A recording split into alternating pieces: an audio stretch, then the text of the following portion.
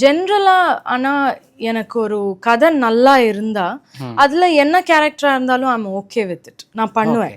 Because நான் பண்ணியிருக்கேன். இப்போ எனி ஃபிலிம் இருமுகன் இல்லை யூனோ தீனி இல்லை யூனோ மெர்சல் விச்செவர் நீங்கள் எடுத்தால் அதில் கேரக்டர் தான். அதில் வந்து நம்ம என் கேரக்டருக்கு பயங்கர இது இல்லை, நான் ஹீரோயின் அந்த மாதிரி இல்லை. ஆனாலும் நான் பண்ணியிருக்கேன். ஓகே. ஸோ நான் பண்ணுவேன். எனக்கு ஆக்சுவலாக அந்த ரைட்டிங் அண்ட் அந்த மேக்கிங் தான் எனக்கு first importance. Okay. Not character. Because நம்ம எல்லாம் ஆக்டர்ஸ். நம்ம வந்து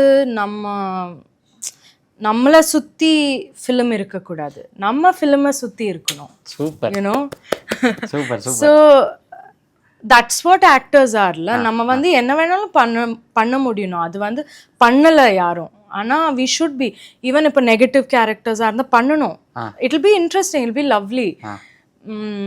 பட் பண்ண மாட்டாங்க. ரொம்ப அவங்க இமேஜில் ஸ்டிக் ஆகி அந்த மாதிரி இருப்பாங்க.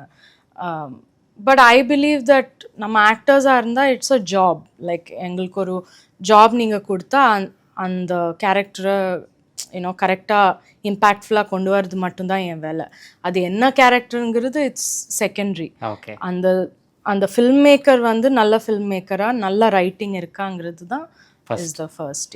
எவ்வளோ நல்ல கேரக்டர் இருந்தாலும் அதில் கதை ஒன்றும் இதுவாக இல்லைன்னா நம்ம இன்னும் அப்படி இருக்காது. ஓகே. அப்படி இருக்காது. கதை வந்து அவ்வளோ லைக் நல்லா இல்லைன்னா கேரக்டர் பயங்கரமாக நல்லா இருக்காது.